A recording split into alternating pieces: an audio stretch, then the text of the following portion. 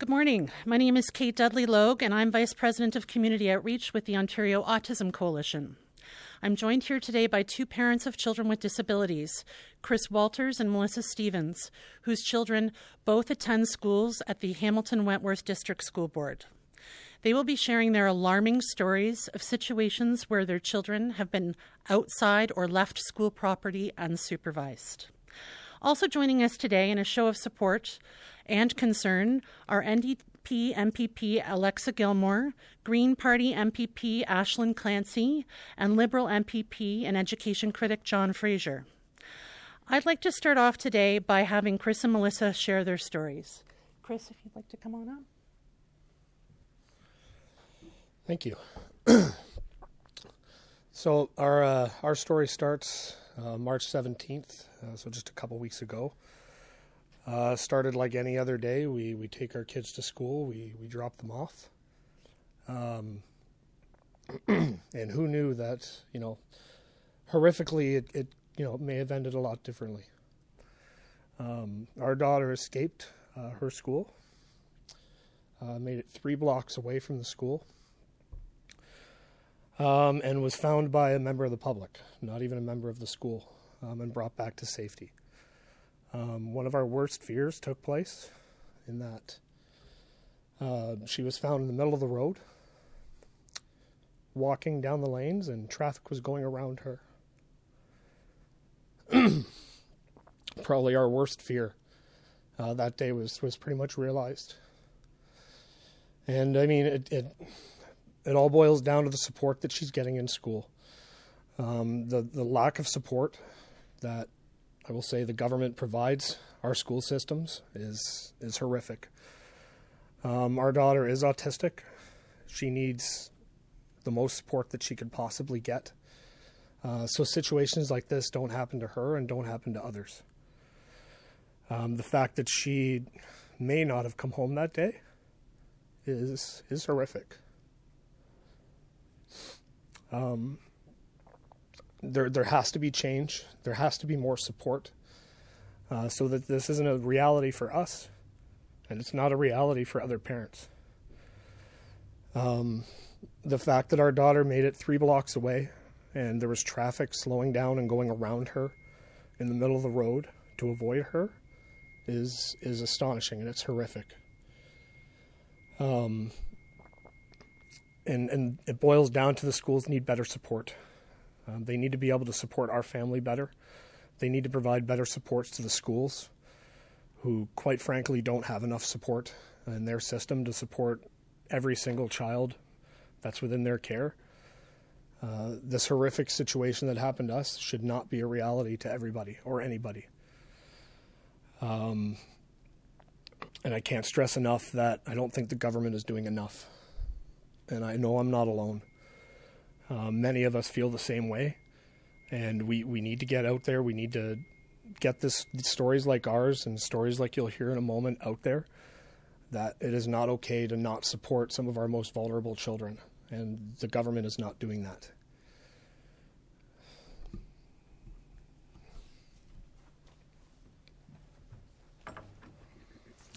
Hi. Okay, so my story starts with my daughter Peyton when she was in senior kindergarten. That would be the first time that she went missing. That time she actually did make it almost to the road, but was caught by a staff member. And she does escape the classroom quite frequently, to the point where she then likes to hide. And in between grade SK all the way to the end of grade 1, she went missing up to 15 times. And a few of those times was outside onto the playground. But it was grade 2 where I had my breaking point. She was, at the very beginning of September, was left outside, and no one realized it. The before care staff at the school, I'm grateful for, because they were the ones that located her outside and brought her back inside, and no one even knew she was out there. Thankfully, she was just stayed on the playground and didn't run off. She knows how to get home, and it's a very dangerous road to cross to get home. And my daughter needs an EA, but she is not allotted one. They say that there's not enough need. on her behalf, even though she likes to escape the classroom and escape the school. The EAs that are already at the school, they have so much already on their plate. They have multiple kids on their caseload, each of them, and to add to my daughter to their caseload is unreasonable, and it's not something that should be done. And that was the solution that they gave. Being an EA myself, I know that it is very important to protect those special needs kids, given that I have one of my own, but it is very hard for me to do my job at my school and at my work, knowing that she is not safe during the day. I can do it. On March 20th, I got a phone call from the aftercare saying that Peyton never came out of the portable that she was supposed to come out of at the end of the day. And it was her sister that found her at the back of the field with another student trying to escape out of the fence area. And when she realized that she was caught, she tried running. The school staff didn't even know that she was out. They never even realized that she had come back after they sent her to the bathroom 10 minutes before dismissal. But if she had an EA, that person would be solely responsible for her, and this wouldn't happen. The chance, I don't know how. I've explained it to the board and to the school, and I guess now I need to explain to the government. With kids like her, she needs the support. She needs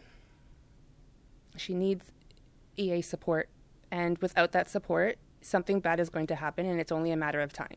It's not a matter of if it'll happen, it's a matter of when.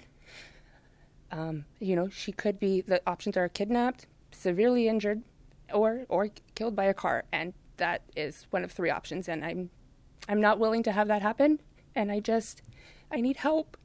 I can't take off work to take care of her, so I need some help. So that's what I'm asking this for today, is to help get support in the schools for these kids, please.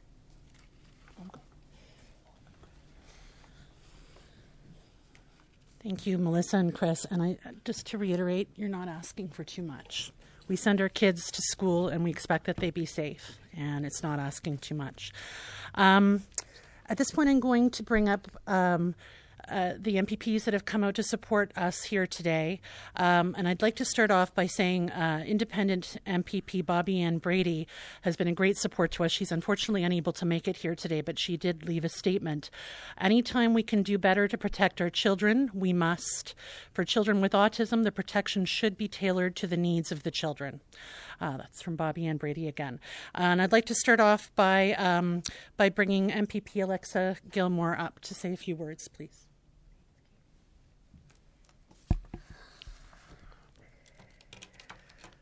Hi, good morning. My name is Alexa Gilmour, and I'm the MPP for Parkdale-High Park.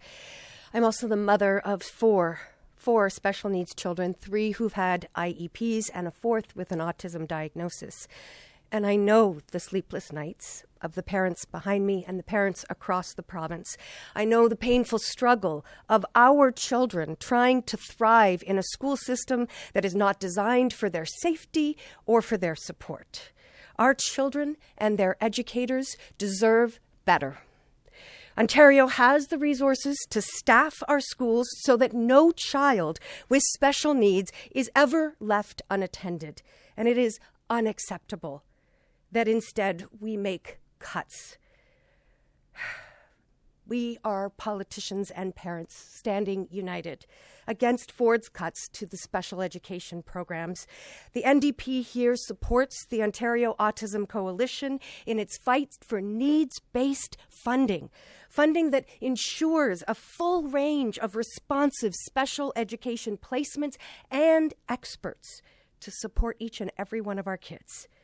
One that keeps our children safe while they are at school and addresses the backlog so that children can receive the timely attention they need to thrive in the classrooms with appropriate, safe, and supportive teacher-to-student ratios. The Conservative government is burning out our educators. It's failing our children.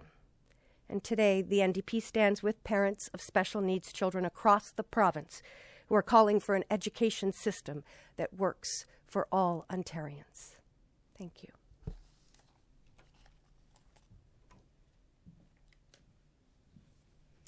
Hi there, I'm MPP Aislinn Clancy and Deputy Leader of the Green Party of Ontario. And as a former school social worker, I've journeyed with so many families, like the families who are here with us today, who are struggling to get the support they need from this Ford government. Just the other day, a mom told me about receiving an ASD diagnosis for her child, and they said, get support as soon as possible. Early intervention, they said. Then she applies to the OAP program and begins the painstakingly long wait. While children wait, while families wait, this window of early intervention starts to close. And the impact of that are difficulties at school, missed opportunities, poor child and family mental health, compromised access to learning, isolation. Children are sent to school without the tools they need to cope in our school system. Education workers and teachers are already facing crowded classroom and are asked to figure it out without the training or resources to do so. More and more, due to budget shortfalls, $1,500 per student since 2018, students with special education needs are left without support. Inclusion without support is abandonment. The Green Party of Ontario stands with the families across Ontario who are in this crisis. The government pledged to fix the autism waitlist in 2018. We are now here in 2025, and the issue has never been worse. I stand with the GPO and Leader Mike Schreiner and the Ontario Autism Coalition. We call on Minister Calandra and Minister Parsa to step up now with a plan to make good on that promise, support our school system, support education workers and the families of the children with special needs, and let's deal with the 65,000 families waiting on the OAP waitlist.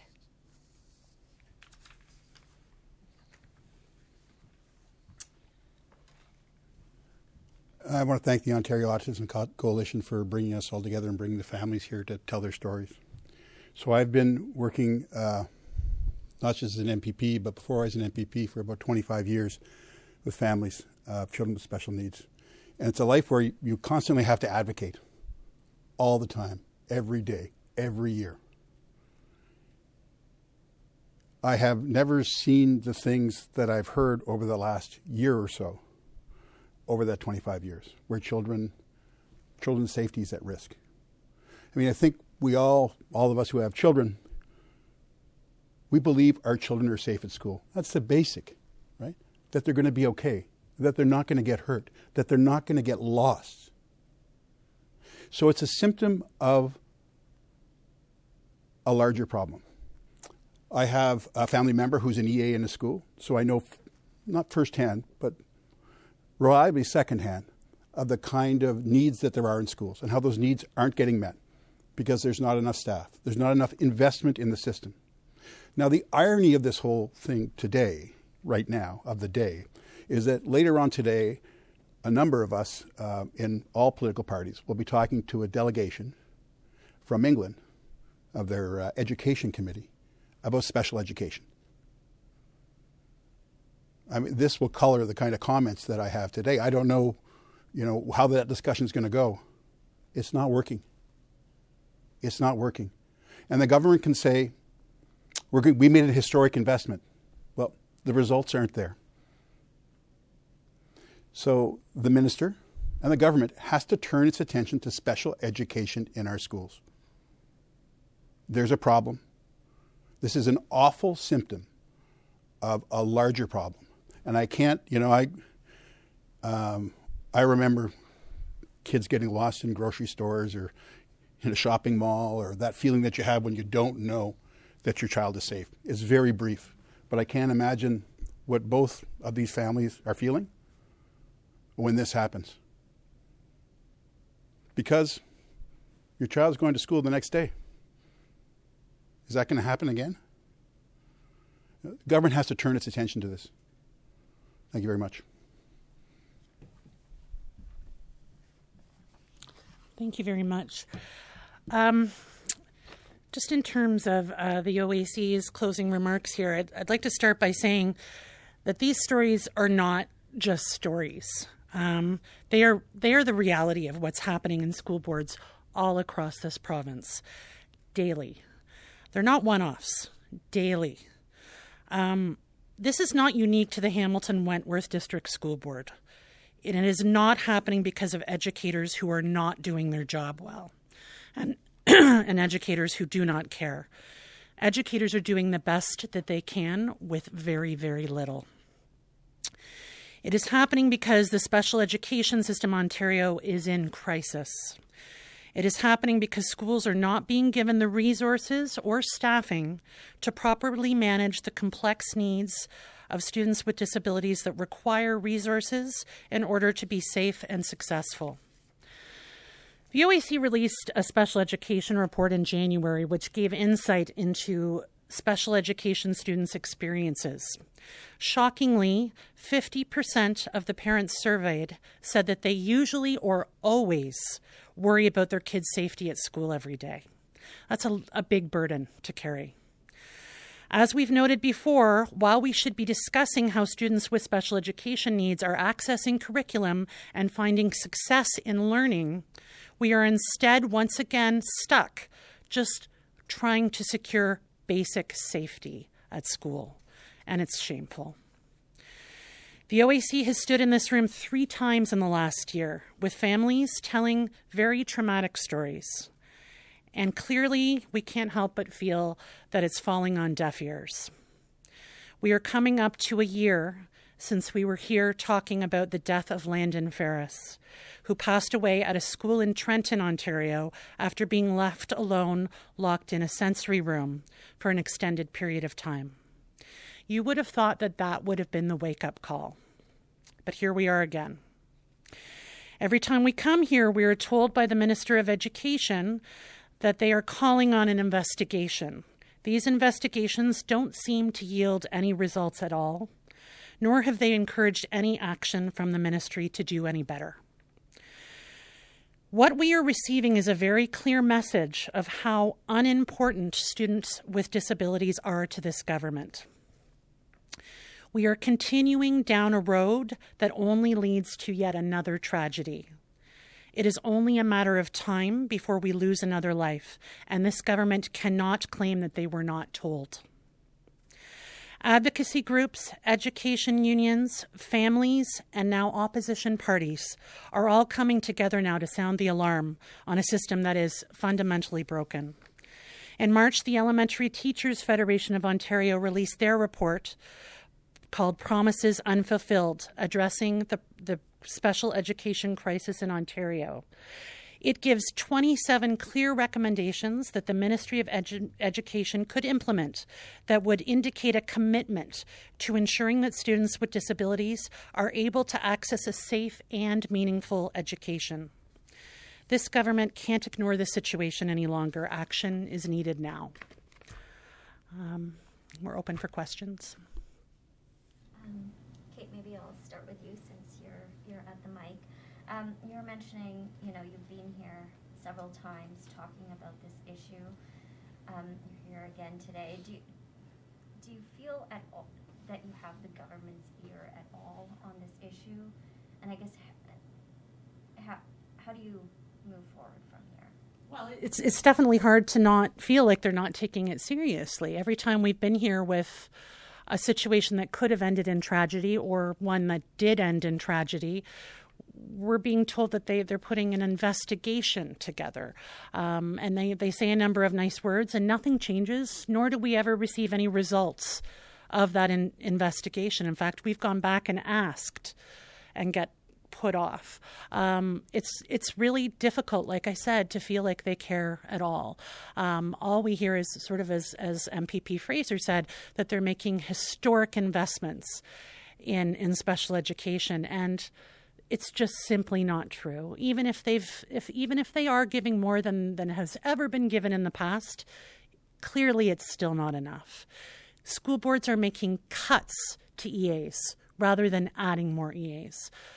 I'm from Ottawa, and they just passed in their budget last week cutting 15 more EAs for next year, when we're in a situation that we should be hiring hundreds more EAs at a large school board like that, and we're looking at having to make cuts. We're moving in the wrong direction. You mentioned how it doesn't seem like care? How do you get the government to care? Sorry, how do you get the government to care? Well, I mean, we keep doing what we're doing. We keep bringing the stories forward. I was telling these parents here, if we were, Siri's talking back to me here.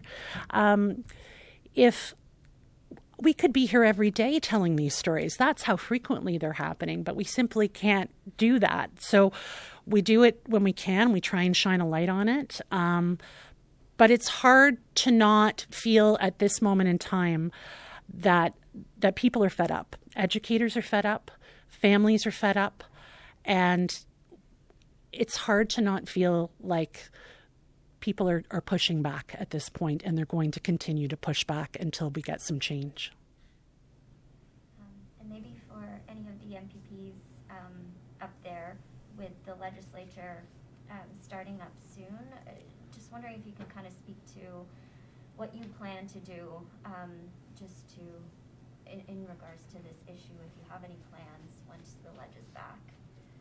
Why don't you start, John? Everybody's looking at me. Okay, there we go. I just trying to be, look, this issue is an issue that's important to all families. So it's an issue we'll be raising. As a critic, I'll be raising in the legislature. And also trying to find how we can get a solution to this. I mean, the problem is complex in the sense that it's about resources, but some of those resources are people. What are we doing to ensure that we have the workforce that we need, right, to ensure that children are safe, that children are getting the kind of support that they need in schools? Because clearly, and somebody just told me a story this morning about, an EA who went through and got trained and then went to the board and there were 19 positions that were available. It's a lot of people. And I know, again, in a secondhand way, from a family member who's close to me in age, what her workday is like and what happens. And it's chaos sometimes. The expectations on EAs are very high. They burn out. We're not managing the workforce.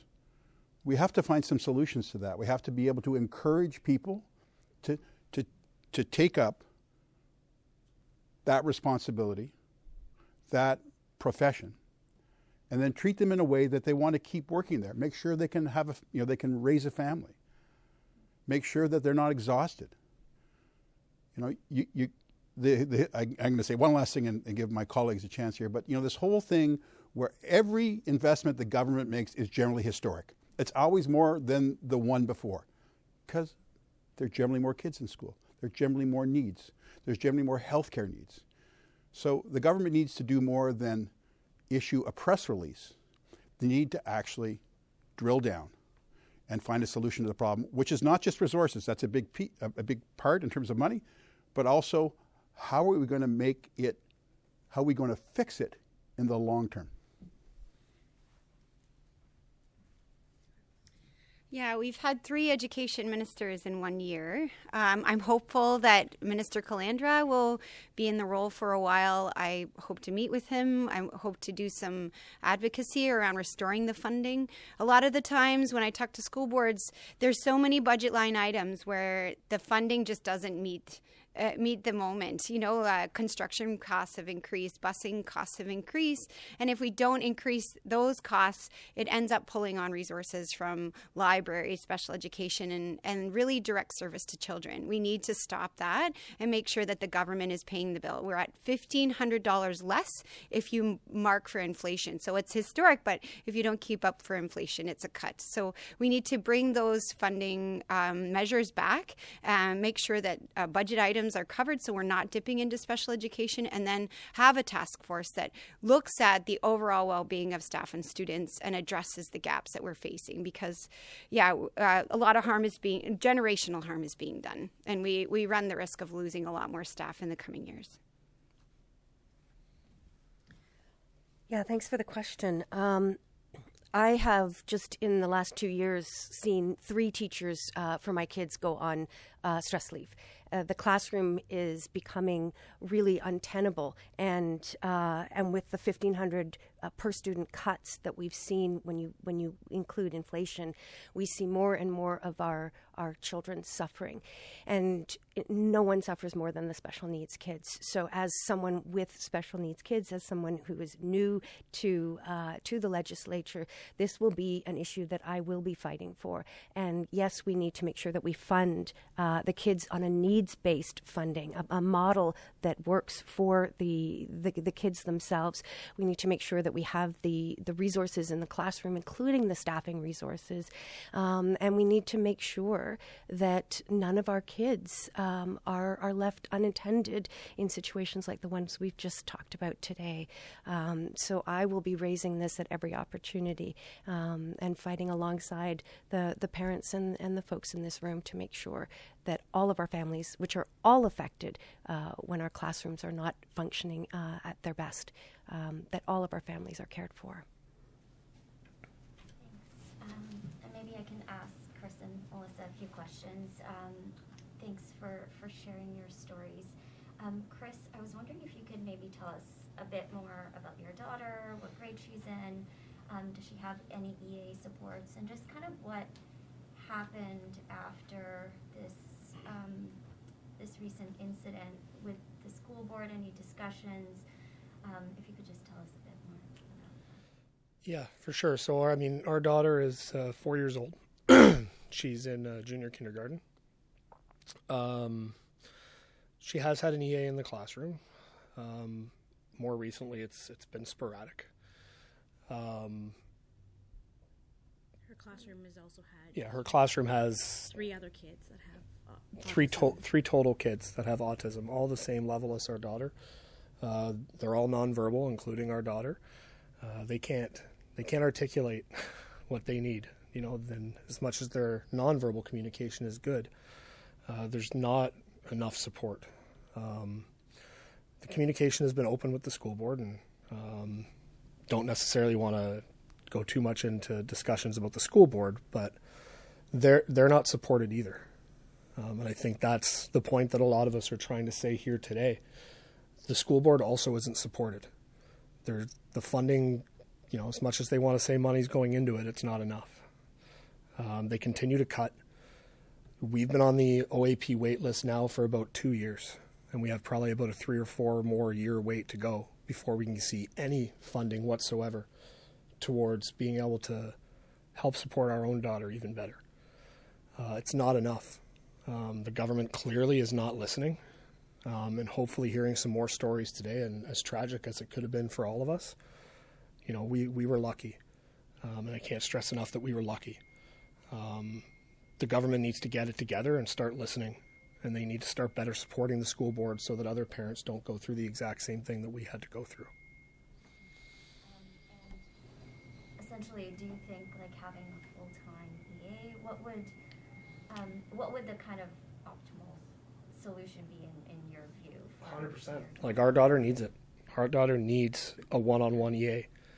You know, as easygoing as we've been told that she is, she needs that support. She needs somebody to be there and watch over her and make sure that nothing bad happens to her. Anything less than a one-on-one support for somebody like our daughter is not acceptable. It's not anywhere near the support that she needs, not just for her development, but more importantly for her safety, so that things like this, so that we don't get another phone call like this. Because the phone call may not have come from the school, it may have come from somebody else telling us that something more serious had happened. And that's the point. And Melissa, you had mentioned, sorry, I just wanted to confirm as well, does your daughter have any EA support? She doesn't have EA support, so I've requested it, and her new principal and the vice principal are trying to work with me and the board to get her one, but the board has said no, that there isn't enough support, like there isn't enough EA support right now as it is. In her current classroom, there is one EA that goes from that classroom to the other grade 2 classroom, and there's already like 2 or 3 kids in each class. So that's not an option. for my daughter to be put on her caseload, even though that's the board's suggestion. So as it stands right now, like she, as of yesterday, like she was barely in the class. She kept running out, and it was the principal that was spending the day with her, which doesn't work because the principal has a job to do as well. She needs the EA support. So. Similar to Chris, can you just tell us a bit more about your daughter as well? So she is awaiting an autism diagnosis right now, but the referrals for everything takes forever, no matter what it is. She has severe ADHD, ODD, and extreme anxiety. So the smallest thing can set her off, and especially when she's told no, it can set her off, and that's when she likes to run from the school or run from the classroom. And she is very, very fast, and I don't know what else to do. I've tried every time that phone rings and I see that Mary Hopkins is her school is calling. Sorry, her school is calling. I have a panic attack because it's every time it seems to get worse. The timeline from when she went missing to the time that they call me has been longer, or when they found her, it's longer, and it's only a matter of time before something bad is going to happen to her, and I'm scared for that phone call. So. And this last question for you, I've heard from other parents as well who feel, who are trying to get EA support for their child, but they're told by the board or the school that the need is not severe enough. And you kind of mentioned that as well. Why do you think there's this sort of disconnect here? I'm not quite sure. I'm not quite sure if there's like a scale that they're basing it off of. The board says that there's not, she's not severe enough, but the school right now is trying to fight and say that it is severe enough. It is a danger. Look how many times that she has escaped and gotten into danger. So I'm not quite sure what the scale is that the board is allocating, whether or not it's severe enough. I'm not quite sure. I don't know if she needs to get hurt in order for that to require one. I'm not quite sure what that is. I'm not sure. So we're good. Thanks. You're good? Okay, good. Thank you so much, Nick. Good job. Thank you guys. That was excellent.